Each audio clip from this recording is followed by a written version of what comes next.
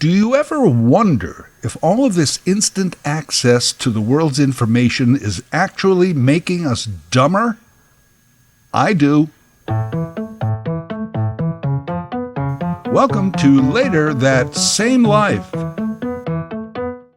I'm Larry Fedoruk, and on my weekly podcast, topics, discussions, stories from our lives. Season 9, Chapter 4. Are we dumber? I am not alone in asking this question. Are we getting dumber despite our unlimited, effortless access to information? People with greater credentials than I have been contemplating this for the better part of the 21st century. We are in the age of information. It began in the mid to late 20th century. Television became ubiquitous. Media exploded. Almost everything was there for everyone to see.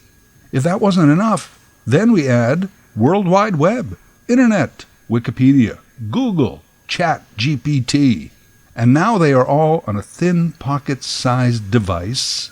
A device, by the way, that also includes a rarely used app called phone. The age of information changed when access became instant.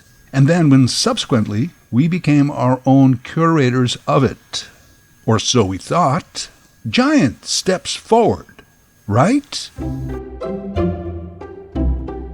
Yet it seems, especially lately, society has retrograded.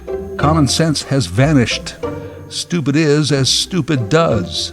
This is a vexing issue for me. Honestly, I had given up on humanity, or even trying to make a difference. I fantasize about being Klaatu from that science fiction movie, where I arrive on Earth from outer space with an all-powerful, impenetrable robot, and I tell humans that if they don't smarten up, I will blow them right out of the solar system.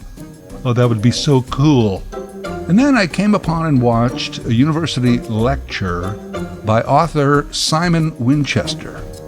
Simon Winchester was talking about his latest book, Knowing What We Know, the transmission of knowledge from ancient wisdom to modern magic. Simon Winchester. I'm adding him to my Council of Advisors. See my podcast, episode 81, called Council of Advisors. Frustrated by the dumbing down of humanity, I thought exploring Simon Winchester was a better option than imagining I'm a spaceman with unlimited powers of destruction. So that's what I'm doing. Let's explore this idea that unlimited information access is actually lowering the collective IQ. First of all, we tend to use words like information, knowledge, intellect, wisdom, etc. interchangeably. In fact, that is not correct, and it's partly what's getting us into trouble. Lesson 1.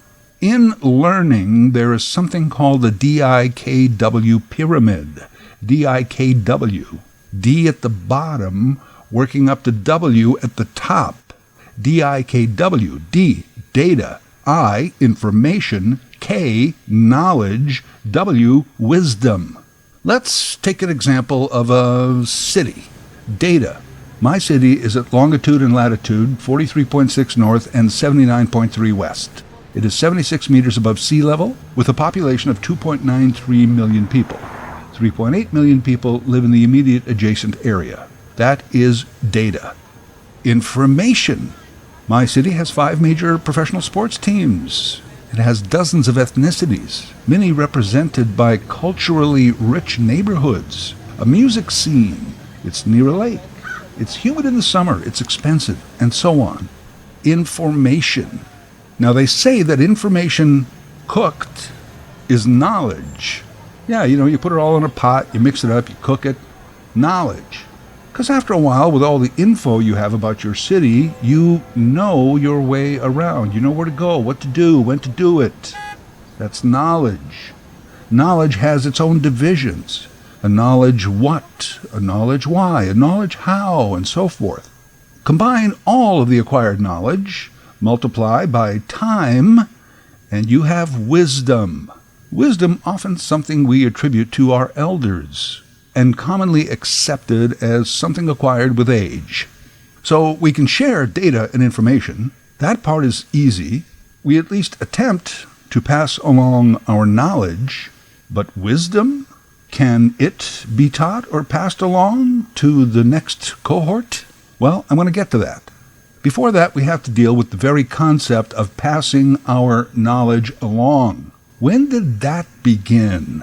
When did the human race say, hey, you know what, we've acquired a lot of knowledge. We should share it with the future generations so that it's not lost, so that each generation doesn't have to start over from the beginning, invent fire and the wheel and stuff. We should pass this on. That concept alone, brilliant. The very first evidence of a school goes back over 5,000 years to Mesopotamia. Mesopotamia, it would be like between the Mediterranean Sea and the Persian Gulf, just north of Saudi Arabia. Turn left at the gas station, you're right there. Archaeologists have found evidence of ancient classrooms, stone tablets, lessons scratched out by children. Fast forward a couple of millennia, for the sake of expediency, to the ancient Greeks. They preferred teaching through deep thinkers like Socrates, Plato, Aristotle. This was done mostly through talking, lecturing, discussion, public discourse. Of those three philosophers, Aristotle was the first to travel, albeit somewhat limited. As Aristotle once famously said himself, "My ass can only go so far." But nevertheless, he shared his knowledge with other lands and other peoples.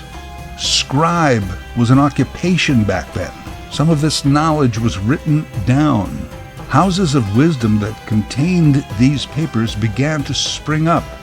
They were called libraries. So, even 2,500 years ago, we had accumulated knowledge, documented it for the purpose of passing it on, and we had places to store it. Acquired, documented, stored. Another couple of millennia to the 15th century, and Gutenberg comes up with a printing press. Although there is evidence that the Chinese had already invented some sort of similar system 600 years earlier.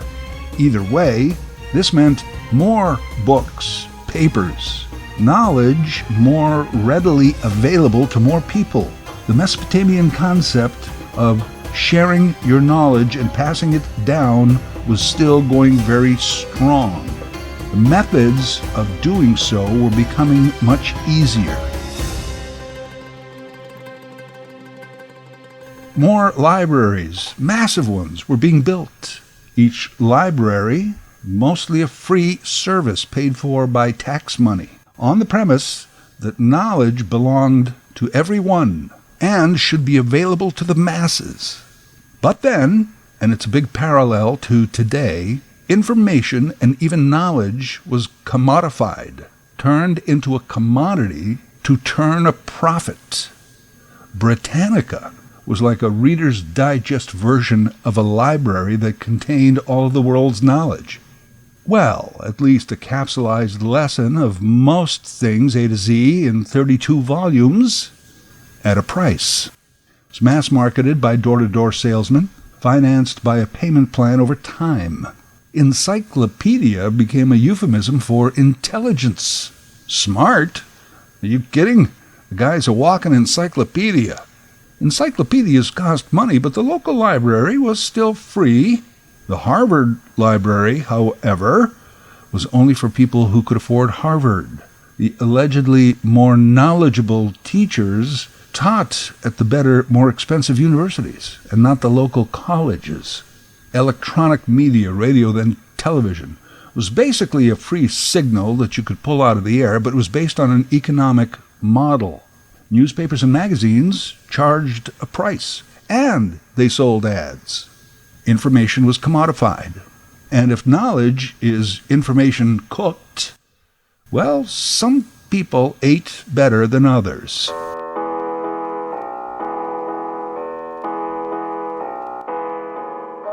You know what else happened about 100 years ago? Public relations was invented. It's true. The invention of PR, which is really just the manipulation of information to a more positive monetary outcome. Simon Winchester, in his lecture, tells the story of pork producers in the 1920s who noticed that cornflakes had become a popular breakfast food. Pork sales were down, so they hired a guy who promised to change this. And what this guy did was pay a doctor in New York City to write an opinion that the body loses protein when we sleep. So it's important that first thing in the morning we load up on protein. Say, bacon with eggs. Totally false. The report was then sent out to hundreds of doctors across America, many of whom said, well, if this big guy in New York said it, it must be true. The story began to be picked up in papers all over the nation. The bacon and egg breakfast was born. Pork sales went up. We've never looked back. So just to recap, we decided we should share knowledge, pass it along, write it down, store it, then commodify it, and even manipulate it. And that point was reached about 100 years ago. And what has changed since then? Well, it's mainly the storage and delivery systems. That's about it. We used to need paper and ink. Now we depend on silicon chips.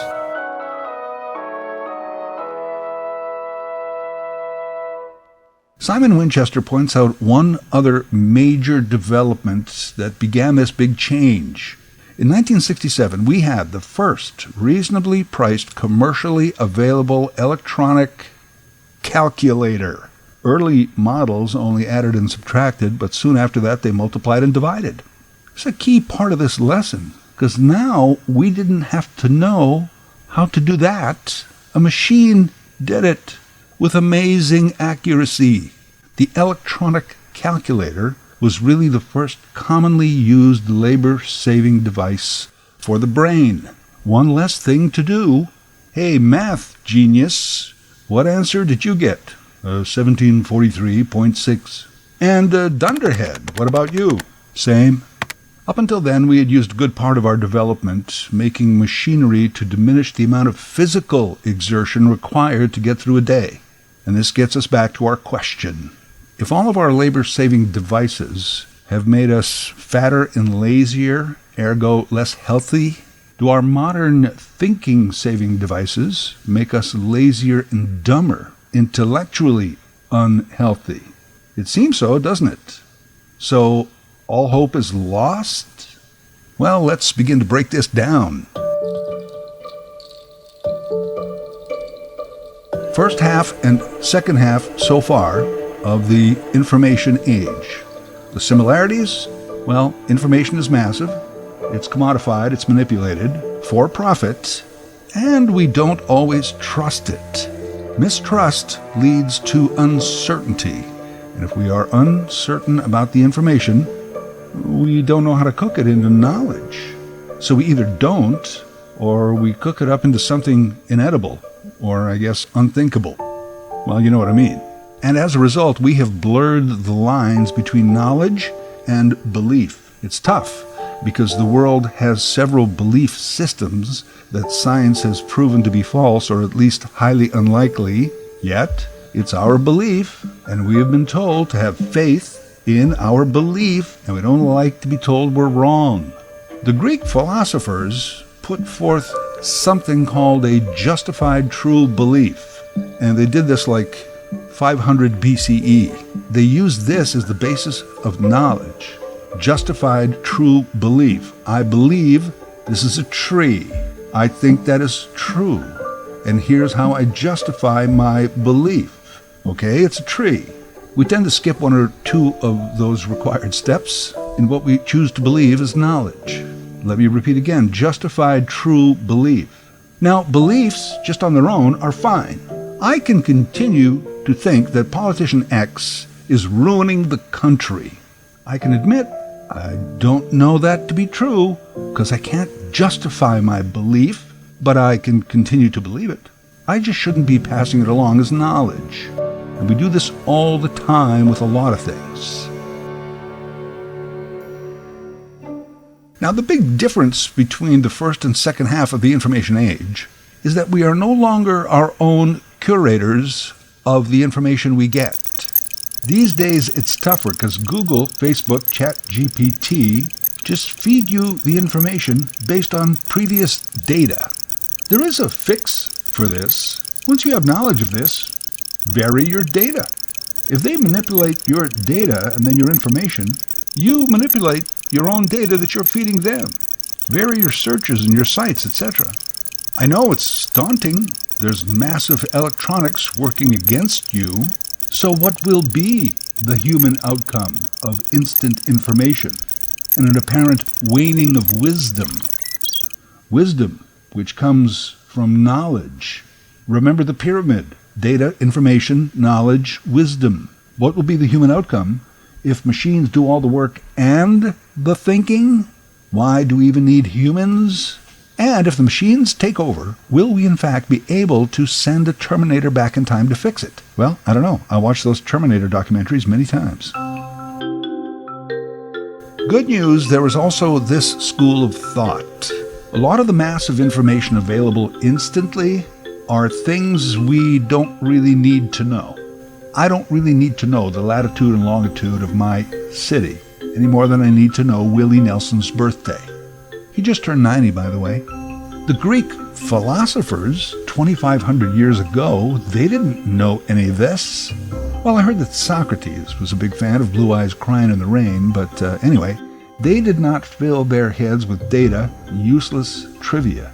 Yet they managed to come up with large existential concepts, justified true belief, paths to happiness, democracy, and on and on and on. They did not need all that useless information. They were on that first level of learning. They didn't know what they didn't know, and they didn't know that they were supposed to know it. But they did not confuse information with knowledge. They did know that each step in the levels of learning was a gateway to the next. Is it possible that we could use our access to all of the world's information instantly as a way to purge from our brains the need to remember it? We could free our thinking to the point where one of us could be the next Aristotle. Well, at the very least, Plato. It's possible.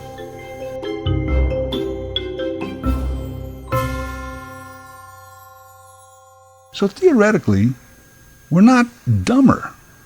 We're just in a phase overwhelmed by the data and information. I mean, the world's knowledge has been collected and stored for centuries. But you have to be motivated to go to that building. Now it's in the palm of our hands. And it doesn't take much motivation or effort to access it. Maybe we're just trying to figure out how to reprogram the brain. We're busy thinking about what to think about. I hope we get there. There's no guarantee, but I hope. We invented machines to give us time to be more human, not for humans to become more like machines. Maybe the machines are just so bright and colorful and fun that we're enamored of them, and we're still in a transition stage on how it's really supposed to work. I think there are still a lot of smart people on this earth, and yes, even some of them do stupid things. By the way, check out Professor Robert J. Steinberg's work on why smart people do stupid things. It's quite insightful. But here's the plan. If we can try and take control of our own data as much as possible, continue to access information on a need-to-know basis, be better chefs at cooking it into knowledge, then we will be smarter than any machine could ever be. Further, if we learn why smart people do stupid things and avoid those pitfalls, at the end of it all, we might even arrive at wisdom. Wisdom, the pinnacle. And there's this. Wisdom isn't necessarily the exclusive property of the elders. It, too, can be taught and learned. At the University of Chicago, they have a Center for Practical Wisdom, where all they do is study wisdom across many vocations and endeavors. And they are learning how to pass it on as easily as we might pass along Willie Nelson's birth date.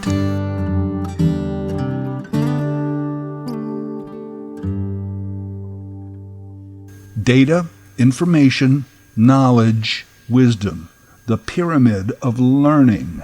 We have to stop attributing knowledge and wisdom to those who show excellence in relating data and information. For example, I really feel for those kids on the yearly National Spelling Bee. We always say, wow, those are a bunch of smart kids. Well, I'll bet many of them are, but I always wonder how many of those finalists are just dimwits who possess a skill any dunderhead could achieve with spell check and autocorrect. All-time Jeopardy champ Ken Jennings could be the dumbest goofball on earth. We don't really know for sure that he's not. We just think he's smart because he can quickly recall the capital of Iowa, Des Moines. We also attribute smarts to people who've made a lot of money. Making a lot of money shows a skill set also, I guess. But for example, why would I listen to Elon Musk's musing on free speech just because he made billions buying out an electric car factory? We do these kinds of things all the time, but maybe we're not dumber than ever. Maybe we're the smartest people who have ever lived. We're just smart people doing a stupid thing, defining intelligence by data and information instead of knowledge and wisdom.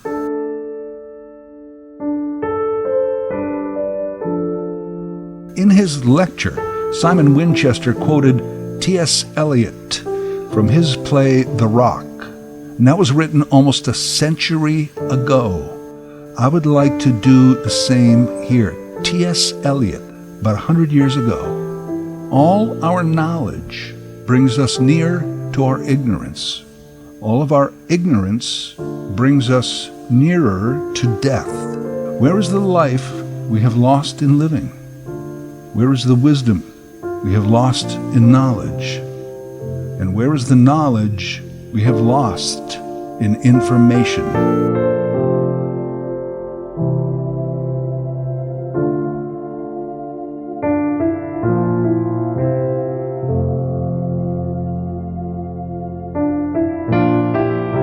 Later That Same Life is written, produced, and voiced by Larry Fedoruk. Larry Fedoruk, 37 @gmail.com. Subscribe to Larry's podcast YouTube channel. Get automatic notifications with each new episode.